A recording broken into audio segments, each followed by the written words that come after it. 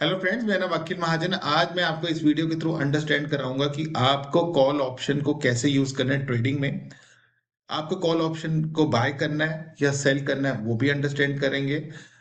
इस वीडियो के थ्रू मैं आपको एक्सप्लेन करूंगा कि ट्रेडर्स क्यों पैसा गवाते हैं, उनको क्यों नहीं क्यों जो है कॉल ऑप्शन जो है चाहे उनकी तरफ पोजीशन उनके फायदे की तरफ भी मुड़ जाए तब भी उनको नुकसान होता है। तो आपको पूरी अंडरस्टैंडिंग होगी इस वीडियो के थ्रू।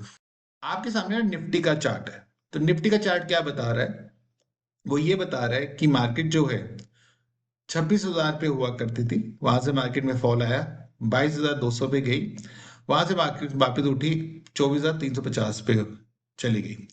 अभी ना मैं क्या हूं, मैं मार्केट के ऊपर मैं बुलिश हूं कि भाई निफ्टी जो है अगेन रीटेस्ट कर सकती है अपना प्रीवियस लेवल जो कि करीब 26,000 रुपए के करीब है। ठीक है, मेरे को ये लगता है। अब मैं ये तीन तरीके से इसमें इस ट्रेड को ले सकता हूँ। एक मैं ले सकता हूँ थ्रू ईटीएफ्स। ठीक है, निफ्टी ईटीएफ आते हैं, मैं मार्केट में सीधा कैश मार्केट में पैसा डालता हूँ और स्टॉक ले लेता हूँ। प्रॉब्लम क्या है? अगर स्टॉक नीचे जाएगा तो मुझे अनलिमिटेड लॉस देगा, अगर स्टॉक ऊपर जाएगा तो मुझे अनलिमिटेड प्रॉफिट दे सकता है। मैं फ्यूचर यूज कर सकता हूँ, again unlimited loss unlimited profit वाला केस है। लेकिन मैं चाहता हूं कि मैं कॉल ऑप्शन यूज करूं। कॉल ऑप्शन में क्या है, क्योंकि कॉल ऑप्शन का ये बेनिफिट रहता है कि जो है मार्केट अगर ऊपर जाए, जितनी मर्जी ऊपर जाए, मुझे अनलिमिटेड प्रॉफिट दे सकती है, और अगर नीचे जाए तो मुझे लिमिटेड लॉस देगा क्योंकि मेरा प्रीमियम जाएगा। तो मैं कॉल ऑप्शन के थ्रू इस ट्रेड में जाता हूँ। ठीक है, अब मुझे पता है कि इस समय जो है 24,350 रुपए का जो है पे मार्केट है। तो मैं एक मिनट देखता हूँ, अगर मैं कॉल ऑप्शन 24,350 का लेता हूँ। अब एक इंपॉर्टेंट चीज और मैं आपको कॉल ऑप्शन बायर के केस में समझाता हूं, वो ये है कि आपने जब भी मार्केट में कॉल ऑप्शन को बाय करना है तो आपने लंबे पीरियड की कॉल ऑप्शन बाय करनी है। क्योंकि अगर फॉर एग्जांपल अगर मैं इसकी एक्सपायरी देखूं कॉल ऑप्शन की, तो मैं देख रहा हूँ 21 अप्रैल 2026 में भी एक एक्सपायरी है, 28 अप्रैल 2026 में एक्सपायरी है। ऐसे ही वीकली एक्सपायरी चल रही है। मैं 26 मई 2026 की कॉल ऑप्शन लेना पसंद करूंगा। क्यों? क्योंकि अगर मैं छोटे पीरियड की कॉल ऑप्शन लूं तो मेरे को क्या नुकसान हो सकता है कि जो कॉल ऑप्शन होती है ना, हर दिन के साथ उसकी वैल्यू कम होती जाती है। जैसे जैसे कॉल ऑप्शन में एक्सपायरी के पास आती है, वैसे वैसे जो है इसकी जो फॉल है प्रीमियम का वो बहुत तेजी से रिडक्शन होता है। आप इस कोर्स में अंडरस्टैंड करोगे क्यों। अभी आप जस्ट बेसिक अंडरस्टैंड करो। 26 मई 2026 की ना मैं कॉल ऑप्शन में आता हूँ। उसमें मेरे को पता है कि मेरे को 24,350 रुपए की कॉल ऑप्शन को बाय करना है। ठीक है, तो मैं इस समय जो उसका प्राइस चल रहा है वो है 605। ठीक है, तो 605 पे मैं बाय कर लेता हूँ कौन सी 24,350 की कॉल ऑप्शन। ठीक है, तो अब हम एक मिनट इस पे अंडरस्टैंड करते हैं।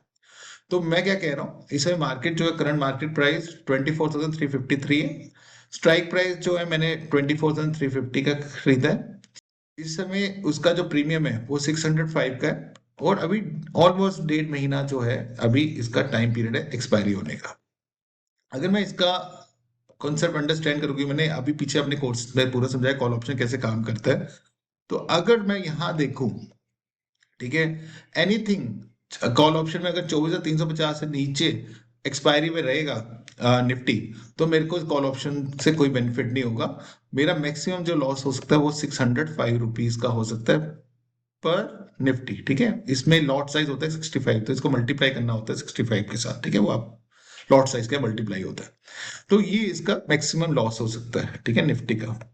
तो अगर हम बात करें इसका मैक्सिमम प्रॉफिट, तो हम क्या देख सकते हैं कि जैसे जैसे कॉल ऑप्शन ऊपर चलती जाएगी, ठीक है, ऊपर चलती जाएगी, वैसे वैसे मुझे कॉल ऑप्शन से फायदा होगा। लेकिन सिंस मैंने इसमें प्रीमियम दिया हुआ है, तो प्रीमियम देने के कारण जो है मेरे को 605 रुपए का मैंने प्रीमियम दिया, मेरा जो है कॉल ऑप्शन जो है वो उससे प्रीमियम से लेस हो जाएगा। जैसे कि मैं यहाँ देख रहा हूँ कि कॉल ऑप्शन का मैं पहले से ब्रेक इवन पॉइंट समझाता हूँ, उससे आपको बेटर समझ में आएगा। तो अगर हम देखें कॉल ऑप्शन का अगर ब्रेक इवन पॉइंट देखें, तो ब्रेक इवन पॉइंट क्या होता है, स्ट्राइक प्राइस प्लस प्रीमियम।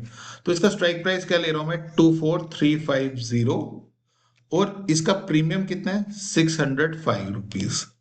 तो इसका मतलब हो गया कि 24,955 पे मेरा ब्रेक इवन पॉइंट आएगा। क्यों?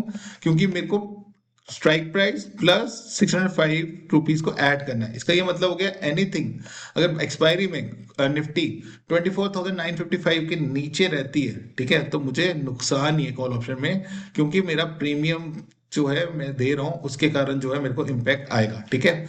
तो अगर हम यहाँ अंडरस्टैंड करें इस केस में, तो अब क्या देखोगे, अगर मैं 24,955 यहाँ डाल दूं, तो देखो इस लेवल तक मुझे कोई फायदा नहीं होगा, ठीक है। जैसे ही इससे पोजीशन ऊपर जाएगी तो मुझे फायदा स्टार्ट हो जाएगा, ठीक है। आप देख रहे हैं यहाँ फायदा स्टार्ट हो जाएगा। देखो यहाँ पे कॉल ऑप्शन बेनिफिट दे रहा है, यहाँ प्रीमियम से माइनस हो रहा है, क्योंकि बायर जब आप कॉल ऑप्शन को बाय करते हो तो आपको प्रीमियम देना पड़ता है। तो इससे आपकी जो है नेट नेट जो है, जैसे अगर 25,255 चला गया कॉल ऑप्शन, तो मुझे 300 रुपीज का बेनिफिट हो रहा है।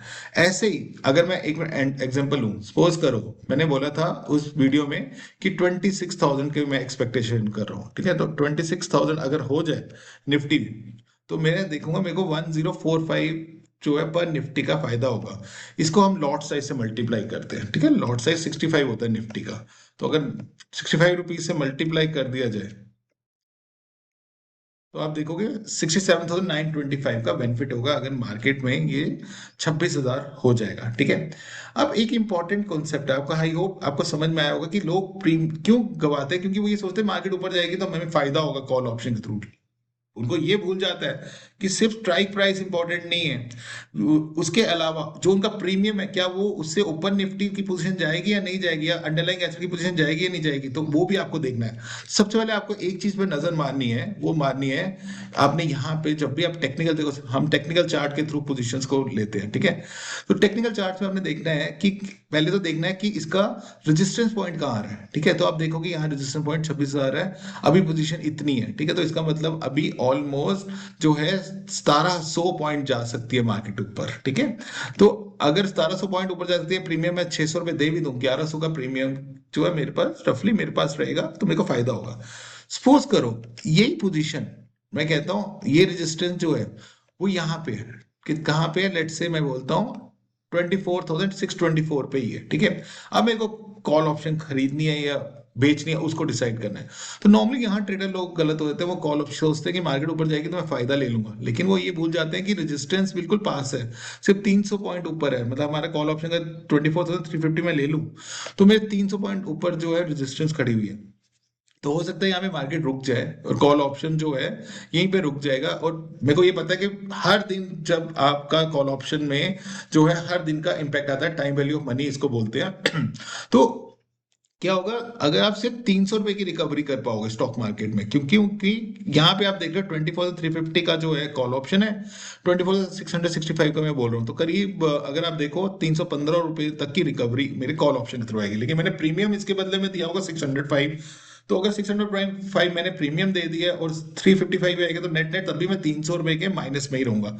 तो इसके थ्रू आपने ये फाइंड करना है कि मार्केट में कितना ऊपर जा सकता है। अगर तो ब्रेक इवन पॉइंट के ऊपर जा सकती है आपकी पोजीशन, तो आपको बाय करना है कॉल ऑप्शन। अगर ब्रेक इवन पॉइंट के नीचे ही रहेगी आपकी पोजीशन, रेजिस्टेंस उसके पास ही है, तो आपको सेलर बनना है कॉल ऑप्शन में। तो ये आपको बड़ा इंपॉर्टेंट कॉन्सेप्ट है अंडरस्टैंड करना। ट्रेडिंग में ये बहुत इंपॉर्टेंट है आपको अंडरस्टैंड करना, कब आपने सेलर बनना है, कब आपने बायर बनना है। सेलर तब बनना है जब रेजिस्टेंस पास में है और आपको पता है कि कॉल ऑप्शन इससे ऊपर जो है प्राइस थोड़ा ऊपर जाएगा, आप जो है प्रीमियम जो है तब भी आपको ने ज्यादा लिया हुआ है, आपको जो है नुकसान नहीं होगा, प्रीमियम रख लोगे अपने पास। ऑन द अदर हैंड अगर बायर को तब देखना है कि रेजिस्टेंस दूर होनी चाहिए, ब्रेक इवन पॉइंट से दूर होनी चाहिए। अगर ब्रेक इवन पॉइंट से दूर होगी तो तभी वो पैसा बना सकेगा। आई होप आपको मेरा ये वीडियो पसंद आया, ये डिटेल एनालिसिस समझ में आया होगा, ट्रेडिंग कैसे करनी है वो अंडरस्टैंड होगा, कॉल ऑप्शन को कैसे यूज करना है, क्योंकि ये कोर्स बेसिक कॉल ऑप्शन को अंडरस्टैंडिंग की है, डेरिवेटिव्स को अंडरस्टैंडिंग की है, ताकि आप पैसा कमा सको। Thank you.